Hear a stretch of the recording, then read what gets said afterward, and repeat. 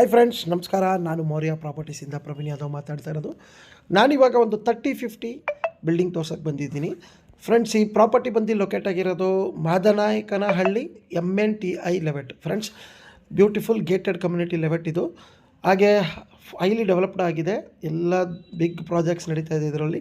Friends, ಈ property ground ಫ್ಲೋರಲ್ಲಿ 1 BHK, ಹಾಗೆ first ಫ್ಲೋರಲ್ಲಿ 3 BHK, second ಫ್ಲೋರಲ್ಲಿ 1 BHK 2 BHK ಇದೆ. ಹಾಗೆ ಥರ್ಡ್ ಫ್ಲೋರಲ್ಲಿ ಒಂದು 1 BHK 2 BHK ಇದೆ.